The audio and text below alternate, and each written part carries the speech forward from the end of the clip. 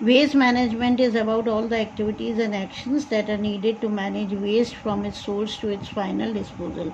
अब waste management है ना, ये जो है सारी उसकी activities के बारे में, उसके actions के बारे में है, जिसमें ज़रूरत होती है कि वेस्ट को है ना किस तरह से मैनेज करा जाता है और उसे फाइनली कैसे डिस्पोज ऑफ करा जाता है, उसको कैसे ख़त्म करा जाता है.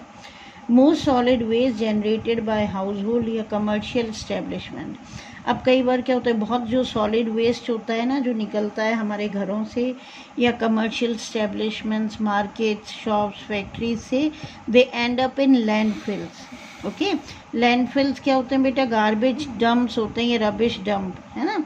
क्या होता है, एक डंपिंग ग्राउंड बना दिया जाता है, ठीक है, और उसके अंदर सारा कचरा बरी कर दिया जाता है. बहुत बड़ा सा खड्डा खोद दिया जाता है जिसके अंदर सारा कचरा दबा दिया जाता है, ठीक है.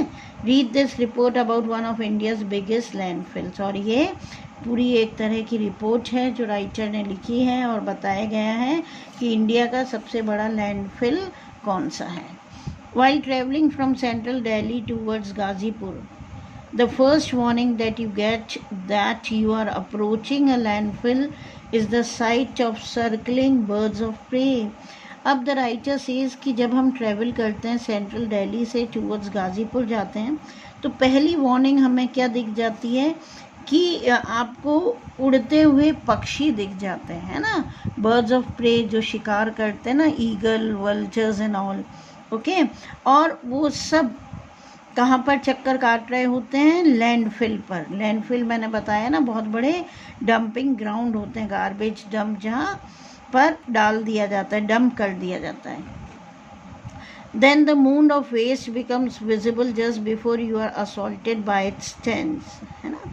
और ये जो mound of waste होता है, ये heap of garbage जो होता है, वो आपको visible यानी आपको दिख जाता है इससे पहले कि आपके ऊपर असॉल्ट यानी अटैक हो. उसकी स्टेंच का, स्टेंच यानी उसकी बहुत ही गंदी बदबू आपके कानों, आपके नाक तक पहुँचे, उससे पहले ही ये पूरा हीप ऑफ गार्बेज, आपको माउंटेन ऑफ गार्बेज पूरा नज़र आ जाता है. फिर you will also see a steady stream, एक कंटिन्यूस स्ट्रीम ऑफ स्मोक आप देखेंगे. क्यों? As decomposing waste generates the highly combustible methane gas. क्यों? अब राइटर कहते हैं कि उसके बाद आप और भी चीज़ें देखोगे, उसमें एक कंटिन्यूस स्मोक निकलता हुआ देखोगे. क्यों? क्योंकि ये वेस्ट को डिकम्पोज करा जा रहा है और उससे जनरेट मतलब उससे निकल रहा है एक हाईली कंबस्टेबल, मतलब कंबस्टेबल होता है जो ईजली बर्न हो जाती है. ओके, तो उसमें से निकलती है मीथेन गैस. मीथेन गैस क्या होती है? कलरलेस होती है बेटा, कोई कलर नहीं होता, कोई स्मेल नहीं होती है, फ्लेमेबल होती है, आसानी से फ्लेम मतलब आग पकड़ लेती है. ओके, नेचुरल गैस का मेन कॉन्स्टिट्यूएंट होता है वो. तो हम देखते हैं कि ये कचरा जल रहा है और उसमें से methane gas it is coming out.